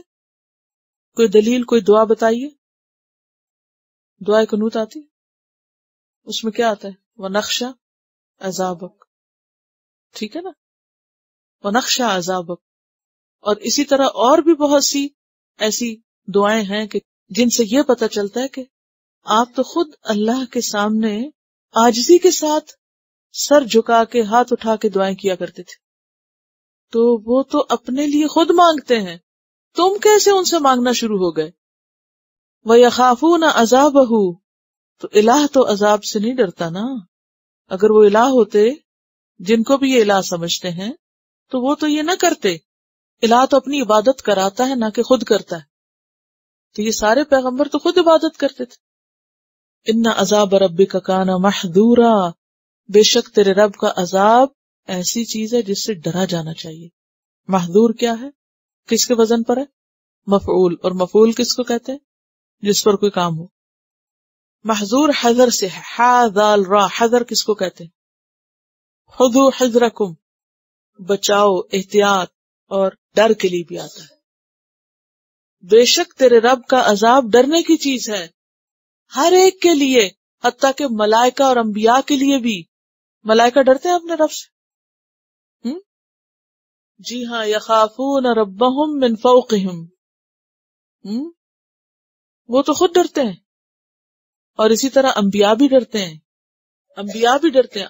آپ نبی صلی اللہ علیہ وسلم کی دعا میں دیکھیے تو خلاصہ کیا آیت کا کہ اے لوگو، اللہ کو چھوڑ کر جن کو تم پکارتے ہو یا جن سے یہ توقع رکھتے ہو کہ وہ تمہیں اللہ کے قریب کریں گے، وہ تو خود اپنے قرب کے لیے، اللہ سے قرب کے لیے وسیلے کی تلاش میں ہیں اور اپنے رب کی رحمت کی امید رکھتے ہیں اور اس کے عذاب سے ڈرتے ہیں. بے شک تیرے رب کا عذاب ایسی چیز ہے جس سے ڈرنا ہی چاہیے. کیوں؟ اس لیے کہ قرآن پاک میں اللہ تعالیٰ فرماتے ہیں وَيُحَذِّرُكُمُ اللَّهُ نَفْسَهُ، اللہ تم کو اپنے آپ سے ڈراتا ہے. فَاتَّقُونِ يَا أُولِي الْأَلْبَابِ، کتنی دفعہ آتا ہے قرآن پاک میں؟ فَارْهَبُونِ فَاتَّقُونِ، ڈرو مجھ سے، بچو مجھ سے. کبھی سوچیں ہم اپنے بارے میں، واقعی ہمیں اللہ سے ڈر لگتا ہے؟ واقعی ڈرتے ہیں ہم؟ اور اپنا جائزہ لیا کریں تنہائی کے اوقات میں، جب لوگوں سے الگ ہوتے ہیں پھر ہم کتنا ڈرتے ہیں، پھر ہماری کیفیتیں کیا ہوتی ہیں. جب ہمیں کوئی نہیں دیکھ رہا ہوتا پھر ہماری گفتگویں کیا ہوتی ہیں، ہماری ڈسکشنز کیا ہوتی ہیں. ہمارا اصل ٹیسٹ وہاں ہوتا ہے جب ہمیں کوئی انسان پوچھنے والا نہیں ہوتا، جہاں ہمیں کوئی کچھ کہنے والا نہیں ہوتا، جہاں ہم خود کو خود ہی کچھ کہہ سکتے ہیں. یہاں جا کے پتہ چلے گا کہ واقعی ہم اس آیت پہ عمل کر رہے ہیں یا نہیں، کہ تیرا رب کا عذاب تو ہے ہی ڈرنے کی چیز، ڈرنا چاہیے. اور پھر کہتے ہیں تو ڈراتے ہیں. ڈرانا ہی تو فائدے میں. وَإِن مِّن قَرْيَةٍ، اور نہیں کوئی بستی ایسی، إِلَّا نَحْنُ مُهْلِكُوهَا، مگر یہ کہ ہم اس کو ہلاک کرنے والے ہیں. کس سے؟ عذاب سے. قبل یوم القیامہ، قیامت سے پہلے، یعنی ان کو مار کے. او معذبوها، یا عذاب دینے والے ہیں اس کو، عذاباً شدیدا، سخت عذاب، یعنی اکٹھا قتل، موت. کان ذالک فی الکتاب مسطورا، ہے یہ بات کتاب میں لکھی ہوئی. کون سی کتاب میں؟ لوح محفوظ میں. مسطورا، سطر سطر کس کو کہتا ہے؟ لائن کو. یعنی لکھتے وقت لائنوں میں لکھتے ہیں نا، یا لائنیں لگا کے لکھتے ہیں لکھی ہوئی بات کے لیے. اب یہاں پر دو باتیں کی گئی ہیں. ایک بات تو یہ ہے کہ ہر بستی کو ختم ہونا ہے. کس طرح؟ یا تو قیامت سے پہلے، اور یا پھر قیامت پر. یا تو الگ الگ فردن فردن سب فوت ہو جاتے ہیں، یا پھر یہ ہے کہ اکٹھی موت آ جاتی ہے عذاباً شدیداً، یا عذاب الہی کی شکل میں. تو ایک بات تو یہ پتہ چلی کہ اللہ جو بھی دنیا میں آئے اس کو ختم کرے گا. لیکن دوسری بات کیا کہ یا تو وہ ختم ہوگا اپنی طبعی موت سے، یا پھر اجتماعی عذاب اور مصیبت سے. اجتماعی عذاب اور مصیبت کب آتی ہے؟ جب بستی کے اندر خیر کم رہ جائے یا ختم ہو جائے، اور شر اور فساد حد سے زیادہ بڑھ جائے، یعنی بیلنس جب خراب ہو جائے. ٹھیک ہے؟ یا یہ کہ جب اصلاح کی کوششیں ناکام ہو جائیں، یا اس میں اللہ سے ڈرنے والے لوگ استغفار کرنے والے نہ رہیں. اسی لیے اگر وہ ہوں تو پیغمبروں کے زمانے میں کیا ہوتا تھا کہ ان کو نکال لیا جاتا تھا. وَمَا مَنَعَنَا أَن نُرْسِلَ بِالْآيَاتِ، اور نہیں روکا ہم کو کہ ہم بھیجیں آیات. آیات سے مراد معجزات. إِلَّا مگر أَن كَذَّبَ بِهَا الْأَوَّلُونَ، جھٹلا دیا تھا ان کو پہلے لوگوں نے. یہ بھی اہل مکہ کے سوال کا جواب ہے. اصل میں اس رکوع میں آپ دیکھیں گے کہ بہت سے سوالوں اور اعتراضات اور شبہات کے جواب دیے گئے. یہ سوال کیا تھا؟ آخر میں سورت کیا پڑھیں گے کہ ان کے مطالبے تھے کہ ہمیں بھی ایسا ہی کو معجزہ دکھایا جائے جیسے پچھلے انبیاء کے معجزات تھے، جیسے موسیٰ علیہ السلام کا تھا یا اور. تو اللہ تعالیٰ فرماتے ہیں کہ ہم معجزے بھیج سکتے ہیں، نشانیاں دکھا سکتے ہیں، لیکن ہم کیوں نہیں دکھا رہے؟ کیونکہ پہلوں نے بھی نہیں مانا، تم بھی نہیں مانو گے، اور تم نہیں مانو گے تو پھر انجام کیا ہوگا جو پہلوں کا ہوا. اور اللہ تعالیٰ یہ انجام اہل مکہ کا چاہتے نہیں تھے تاکہ دین کا کام اپنی تکمیل کو پہنچے. لہذا اپنے پیغمبر کو وہاں سے نکال لے گئے، اور پھر ایک دن واپس مکہ فتح ہو گیا. اور پھر خاص طور پر مثال کے طور پہ فرمایا وَآتَيْنَا ثَمُودَ النَّاقَةَ، ہم نے سمود کو اونٹنی دی تھی. کیوں؟ انہوں نے مانگی تھی، انہوں نے خود مطالبہ کیا تھا تو ان کا مطالبہ پورا کیا گیا تھا. کیسی تھی وہ اونٹنی؟ مبصرتن. مبصرہ کیا ہوتی پیچھے میں بتا چکی ہوں، دیکھنے والی، دکھانے والی، روشن اور روشن کرنے والی. یعنی اتنی واضح نشانی تھی جو بالکل روشن تھی، اور ایسی تھی کہ دوسروں کو بھی روشن کر دے. یعنی کسی کو سمجھنے میں کچھ مشکل نہیں تھی. لیکن کیا ہوا؟ فَظَلَمُوا بِهَا، انہوں نے اس کے ساتھ ظلم کیا، ظلم ڈھایا اس پر. کیا کیا تھا ظلم؟ اس کی کونچے کاٹ ڈالی، اس نشانی کا انکار کر کے اور اس اونٹنی کو مار کے اس پہ ظلم کیا. فَعَقَرُوا النَّاقَةَ وَعَتَوْا عَنْ أَمْرِ رَبِّهِمْ، سورۃ اعراف 77. الشمس 14 میں آتا فَكَذَّبُوهُ فَعَقَرُوهَا. سورۃ القمر 29 میں آتا فَنَادَوْا صَاحِبَهُمْ فَتَعَاطَىٰ فَعَقَرَ. یہ تھا ان کا ظلم. اللہ کی بھیجی ہوئی اونٹنی، ناقۃ اللہ، اللہ اس کو اپنی اونٹنی کہتے، اس کے ساتھ انہوں نے یہ سلوک کیا. یعنی نشانی کے شوقین تھے، نشانی آئی اس کی قدر بھی نہ کر سکے. وَمَا نُرْسِلُ بِالْآيَاتِ إِلَّا تَخْوِيفًا، اور نہیں بھیجتے ہم معجزات مگر ڈرانے کے لیے، خبردار کرنے کے لیے، تاکہ لوگ ایمان لے آئیں. اور جب معجزے دیکھ کر ایمان نہیں لاتے تو پھر کیا ہوتا ہے؟ عذاب آ جاتا ہے. وَإِذْ قُلْنَا لَكَ إِنَّ رَبَّكَ أَحَاطَ بِالنَّاسِ، اور جب ہم نے آپ سے کہا کہ بے شک تیرا رب لوگوں کو گھیرے ہوئے ہے. گھیرے ہوئے تصور میں لائیں، اللہ تعالیٰ لوگوں کو گھیر چکا ہے، پورا گلوب اس کی قدرت میں، گھیرے میں. گھیرے کا مطلب سمجھتے نا، انسرکل کر دینا، یعنی کنٹرول کر لینا، چاروں طرف سے گرپ میں لینا. اصل میں احاطہ ہوتا ہے کئی طرح کا، علم کے ساتھ بھی، قدرت کے ساتھ، نفسیاتی طور پر، جسمانی طور پر. اور گھیرا ایسی چیز کو کہتے ہیں جس سے کوئی بھاگ نہ سکے، نکل نہ سکے. تو یہاں مراد ہے علم اور قدرت کے ساتھ گھیرنا. پیچھے بھی آیا نا، اللہ آسمان و زمین کی ہر چیز کو جانتا ہے، اور یہاں بھی کیا ہے، اللہ سارے لوگوں کو گھیرے میں لیے ہوئے، ایک ایک کی خبر ہے اس کو. جیسے ایک اور جگہ پر آتا ہے نا، واللہ من ورائہم محیط بل ہوا قرآن مجید فی لوح محفوظ. تو محیط کیا ہے؟ اللہ سب کو گھیرے میں لیے ہوئے.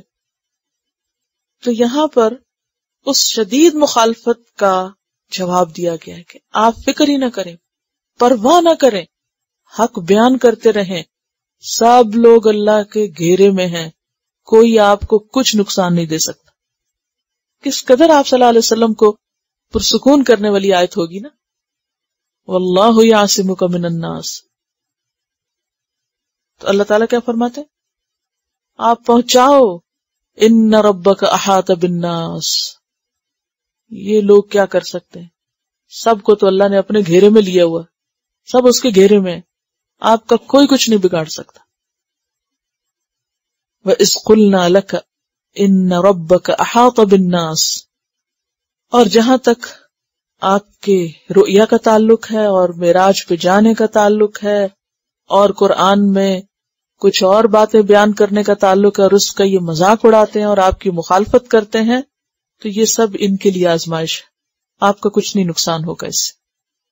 اسی لیے آگے فرمایا وَمَا جَعَلْنَا الرُّؤْيَا، اور نہیں بنایا ہم نے رؤیا کو. رؤیا کہتے ہیں خواب کو بیسیکلی، لیکن رؤیا دیکھنے کے معنوں میں بھی استعمال ہوتا ہے، آنکھوں سے دیکھنے کے لیے بھی.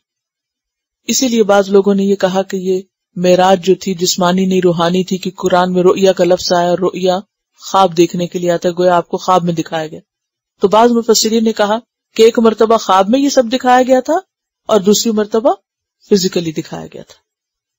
تو آپ نے جب یہ بات بیان کی، کیونکہ اگر آپ صرف یہ کہتے میں نے خواب میں دیکھا تو کوئی مخالفت نہ کرتا، کسی کے لیے فتنہ نہ بنتی. مثلاً اگر آپ کسی دن خواب بتائیں مجھے کہ آج میں نے خواب میں اپنے آپ کو اڑتے ہوئے دیکھا آسمان میں، اور شاید آپ میں سے کچھ نے دیکھا بھی ہو، اکثر لوگوں کو خواب آتا ہے کہ وہ اڑ رہے ہیں، تو کوئی کیا کہے گا؟ میں نہیں مانتی، کوئی کہے گا میں نہیں مانتی؟ آپ کہ ہاں مجھے بھی ایک دفعہ یہ خواب ہے تو میں بھی اڑی تھی، بات ختم. تو اگر پیغمبر آ کے یہ کہتے کہ خواب میں گیا ہوں آسمان تک تو لوگ بادر نہیں کرتے. لیکن چونکہ آپ نے کہا تھا کہ میں جسمانی طور پر، یعنی چونکہ آپ نے کہا کہ میں وہاں سے ہو کر آ رہا ہوں، اس سے لوگ ایک دم بد گئے اور ہل گئے اور آپ کی اور شدید مخالفت کرنے لگے. تو فرمایا کہ نہیں بنایا ہم نے اس واقعے کو اللتی اریناک کا، وہ جو ہم نے دکھایا تھا تجھ کو، الا فتنۃ للناس، مگر فتنہ لوگوں کے لیے، یہ لوگوں کی آزمائش تھی، آپ کا کچھ نہیں جاتا. اور یہاں بھی کیا کہا جا رہا ہے کہ جو چیز ہم نے آپ کو دکھائی تھی وہ دراصل لوگوں کے لیے آزمائش کا ذریعہ تھی، ان کی جانچ تھی. وَالشَّجَرَةَ الْمَلْعُونَةَ فِي الْقُرْآنِ، اور قرآن میں جس ملعون درخت کا ذکر کیا گیا. ملعون کہتے ہیں عربی میں رحمت سے دور کو، لیکن لفظی معنی ہوتا ہے برا، ناگوار، نقصان دہ.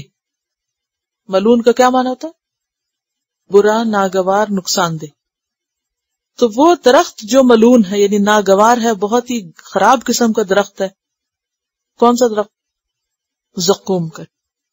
اصل میں قرآن پاک میں آتا ہے نا ان شجرۃ الزقوم طعام الاثیم، سورۃ الدخان 43-44، کہ زقوم کا درخت جہنم میں گناہگاروں کا کھانا ہوگا. اب ہوا یہ کہ جب یہ آیت اتری تو ابو جہل نے بڑا مذاق اڑایا. وہ کہنے لگا ایک طرف تم کہتے ہو کہ جہنم پتھروں کو بھی بھڑکا دے گی، وہ آتا ہے نا وقودہ الناس والحجارہ، ایک طرف کہتے ہو کہ پتھر بھی اس میں جل اٹھیں گے، دوسری طرف کہتے ہو کہ اس میں درخت اگے گا، یعنی مذاق اڑایا نا. تو کہا کہ یہ دراصل کیا ہے؟ لوگوں کی آزمائش. تو جو بات عقل کے خلاف ان کو لگتی اس کا یہ بہت مذاق اڑاتے. اور آج کے بھی مسلمان کہنے کو عقل کے خلاف کوئی بھی بات ان کو دین میں لگتی ہے تو وہ اس کا مذاق اڑانے لگتے ہیں کہ چھوڑو یہ کس دین کی باتیں کر رہے ہو. فرمائے یہ سب کیا ہے؟ لوگوں کی آزمائش. بہرحال وَنُخَوِّفُهُمْ، اللہ اکبر، وَنُخَوِّفُهُمْ، اور ہم انہیں ڈرا رہے ہیں، کن کو؟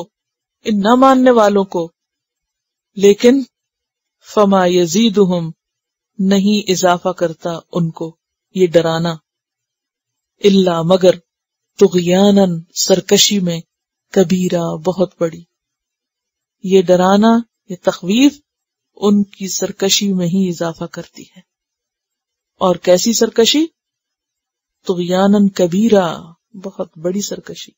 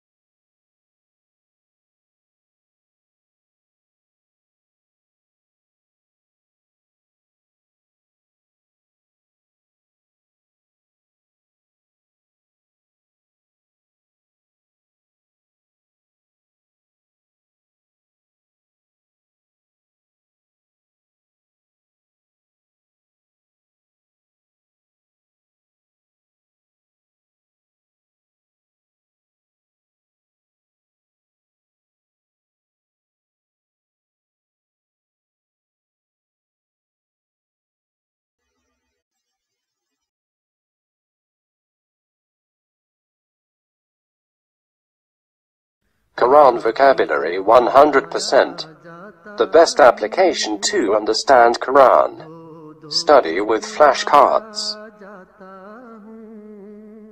Word list. Learn 25% of Quran vocabulary in 7 days. Multiple MCQs to practice and test vocabulary. Single choice. Multiple choice. True, false. Bookmark difficult words. Study wrongly answer words. Test your skills. 12 essential grammar lessons at Learn Quranic Grammar. You can select number of word to study from bookmarks. Select number of times wrongly answered words for study. Test your skills with multiple choice flashcard, true, false, matching words and single choice MCQs. Grammar lessons are available in PDF format. Native Quranic and Urdu fonts. Available at Google Play and Apple App Stores. Download it today to contribute in the Islamic Apps Development Project. Quran vocabulary 100% in Urdu. Visit smartappsweb.com.